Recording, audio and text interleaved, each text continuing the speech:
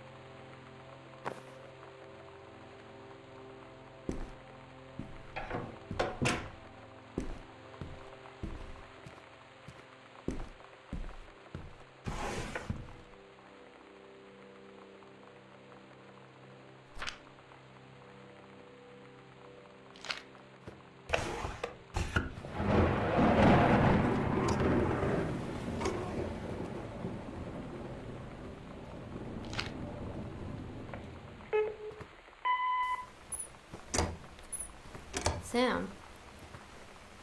Sam. Hello? Sam!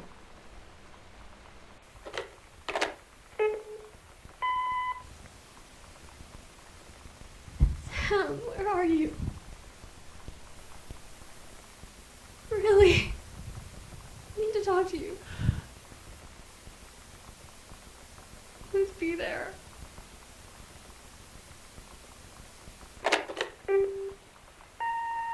Hi, Mom. So I got my ticket home from Europe. I get back on June 6th, but it's a really late flight because that was the cheapest, so it gets in at midnight. But don't worry, I'll get a shuttle from the airport so you don't have to pick me up. Like, really seriously, you don't have to. Okay, so love you. See you soon. Bye.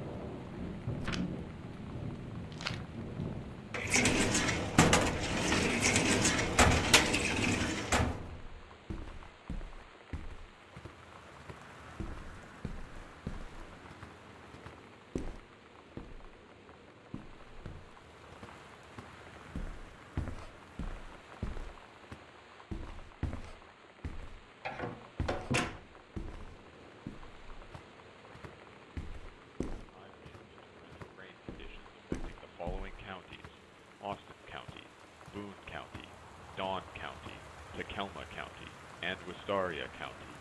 Residents are strongly urged to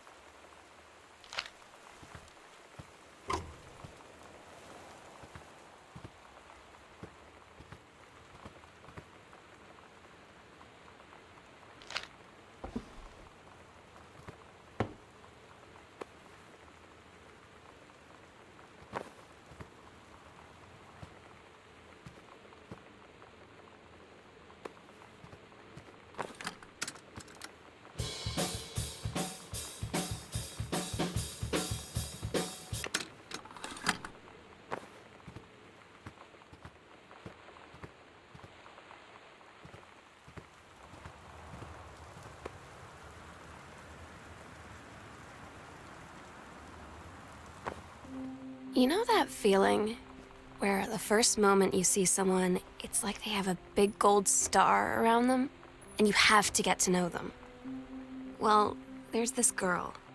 I think she's a senior. She's usually dressed kind of punk, but sometimes I see her in this, like, army uniform, and she's always drawing in this notebook, looking so intense. I had no idea how I would ever, like, have an excuse to talk to her. Till I noticed she and her friends hang out and play Street Fighter at the 7-Eleven every day after school.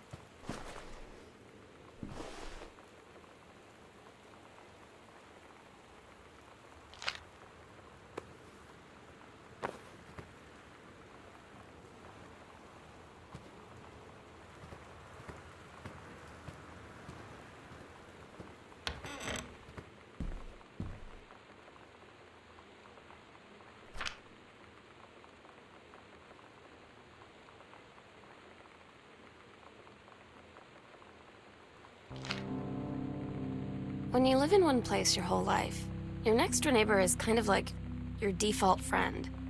And Daniel only got weirder over the years. So moving away has been a good excuse to, like, not see him anymore. But he did always have the good Nintendo games. Maybe I'll give him a call.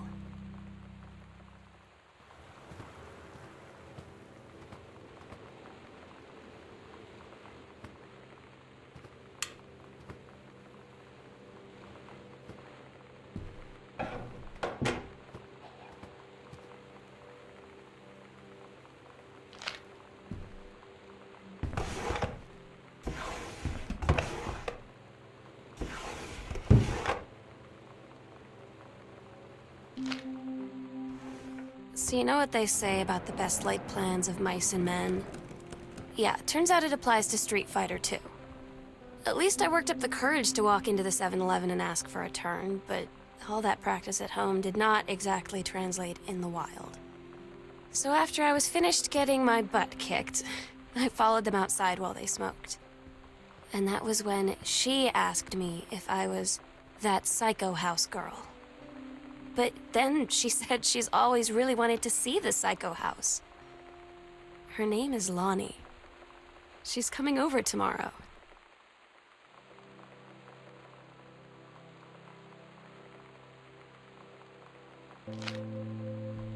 Oh my God. You are so lucky you finished high school before we moved into this house. So, it's the first day of school, and there I am, introducing myself to the class. And I say that I just moved into the house on Arbor Hill. all of a sudden, every kid in the room turns and just stares like I suddenly transformed into a mutant.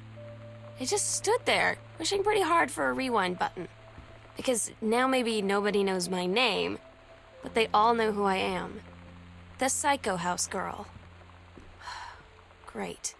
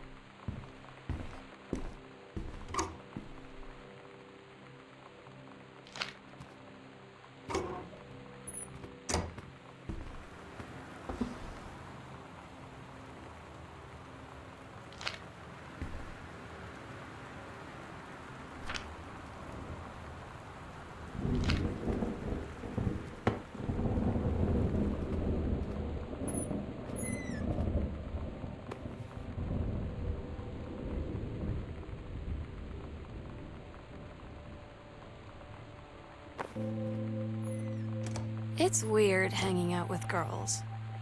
Daniel was around ever since I was little, and other girls? I don't know. But being around Lonnie is like instantly just right. I gave her the grand Psycho House tour and took my revenge on Super Nintendo.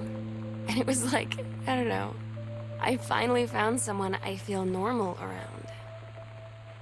I drove her home and she gave me this tape and said, "You have got to listen to this." I haven't stopped playing it since.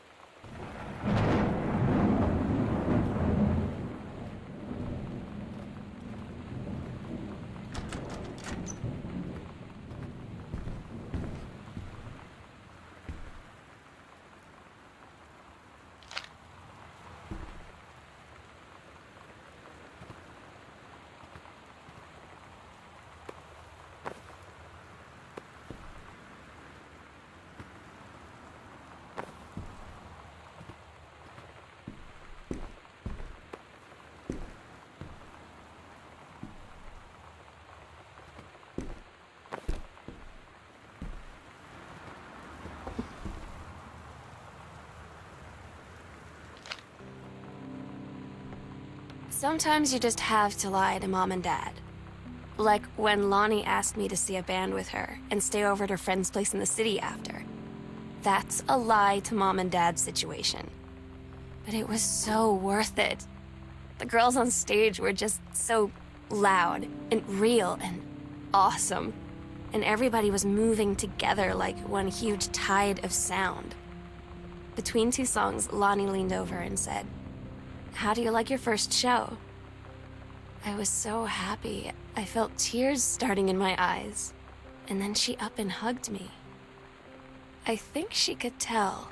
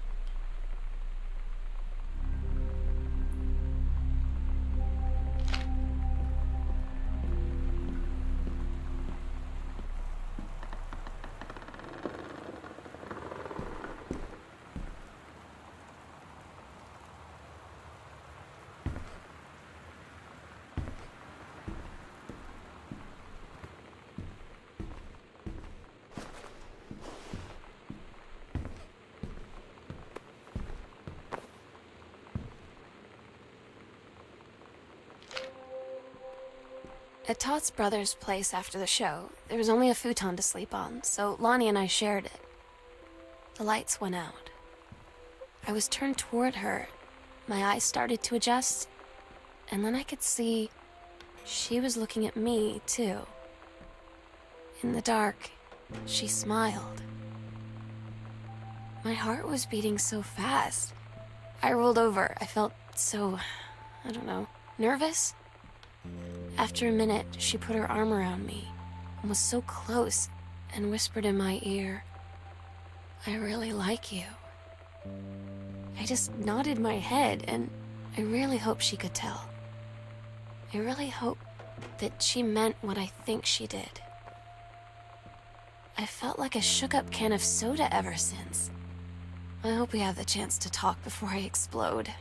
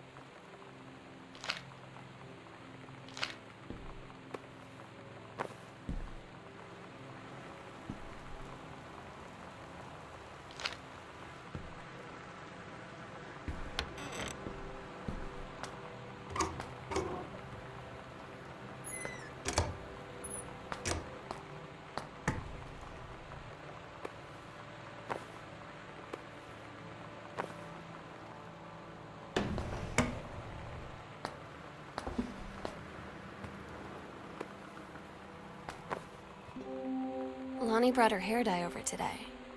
She said, I need to fix these roots. Think you could help? Dyeing hair is weirdly intimate. I don't know if I've touched someone else's scalp before. It's pretty intimate, right? It felt intimate. We looked into the mirror together after, and I expected her to say something about how it looked crappy or good or whatever. But that's when she said, "You're so beautiful." And she was looking at me. Right in that moment, I wanted to say something, but I waited, and the moment was gone.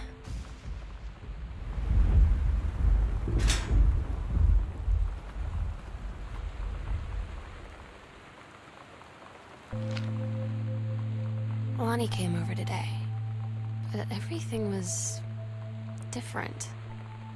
She was sitting at my desk chair, and she wouldn't look at me. Finally, I asked her what was going on.